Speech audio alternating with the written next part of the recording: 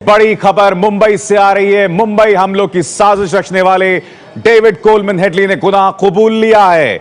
मतलब ये कि मुंबई हमलों को लेकर पाकिस्तान की पोल खुलने वाली है। और गौर कीजिए, जो और खबर आपको बताने वाले हैं, सरकार की तरफ से वकील उज्जवल निकम ने कोर्ट में कहा है कि अगर हेडली सरकारी गवाह बनता है तो सरकार उसे माफ करने को तैयार है। गणेश ठाकुर का रुख करते हैं। गणेश, अपने आप में यह बात तो तय है, देखिए डेविड कोलमैन हेडली भारत तो कभी नहीं लाया जा सकता है, मगर सरकारी गवाह के तौर पर उसे बनाना और उसे सरकार माफ करने को तैयार है अगर वो गवाही दे, तो पाकिस्तान की पोल खोलना मकसद है।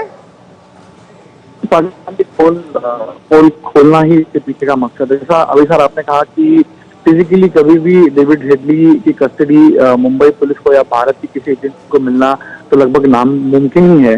तो ऐसे में जब उसे ट्राई नहीं किया जा सकता है भारत में, तो क्यों ना उसे सरकारी गवाह बनाया जाए। और क्योंकि वो लश्कर उसका हैंडलर था, लश्कर के लिए उसने आतंकी इस साजिश को अंजाम देने में मदद की थी, तो उसको सारी चीजें इस हमले के बारे में, लश्कर के और आईएसआई के कनेक्शन के बारे में और पाकिस्तान का 26/11 में क्या रोल था, ये सारी चीजें से पता थी। तो अगर ये गवर्नमेंट अप्रूवर बनता है तो वो सरकार के लिए, इस केस के लिए फायदेमंद होगा और पाकिस्तान की पोल खोलने के लिए कारगर साबित होगा। यही इसके पीछे की मंशा है।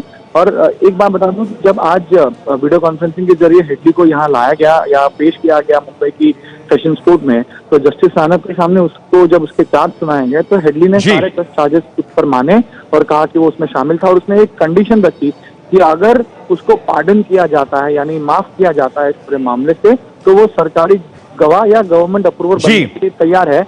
इस पर उज्जवल निकम ने आधे घंटे का समय मांगा कोर्ट से। आधे घंटे तक उन्होंने सलाह मशवरा की अधिकारियों से और सरकार से, और जब ये कहा गया कि हाँ, उसकी पार्डन प्ली को हम मंजूर कर सकते हैं अगर वो अप्रूवर बनने को तैयार है, तो वही बात अदालत में उज्जवल निकम ने कोर्ट के सामने रखी और हेडली को भी बताई, हेडली के अटर्नीज को बताई यूएस में वीडियो कॉन्फ्रेंसिंग के जरिए कि वो उसकी पार्डन प्ली अप्रूव करते हैं और अगर वो सरकारी गवाह बन रहा है। तो हेडली ने साफ कर दिया था कि वो सरकारी गवाह बनने को तैयार है अगर वो पार्डन करते हैं। तो सरकार ने उसकी जो कंडीशन है वो मानी है। अब सरकारी गवाह बनकर हेडली जो है पाकिस्तान और इस पूरे आतंकी साजिश और पाकिस्तान और आतंक के रिश्ते की पोल खोलने वाला है, एक्सपोज करने वाला है। बहुत बहुत शुक्रिया गणेश ठाकुर। अब देखने लायक बात यह है कि भारत और पाकिस्तान के बीच कॉम्प्रिहेंसिव डायलॉग एक तरह से शुरू हुआ है, बायलैटरल मैकेनिज्म शुरू हुआ है। अगर हेडली पाकिस्तान को एक्सपोज करता है, पोल खोलता है, तो क्या इन आपसी रिश्तों में जो एक नया मोड़ आया है, क्या उस पर असर पड़ने वाला है?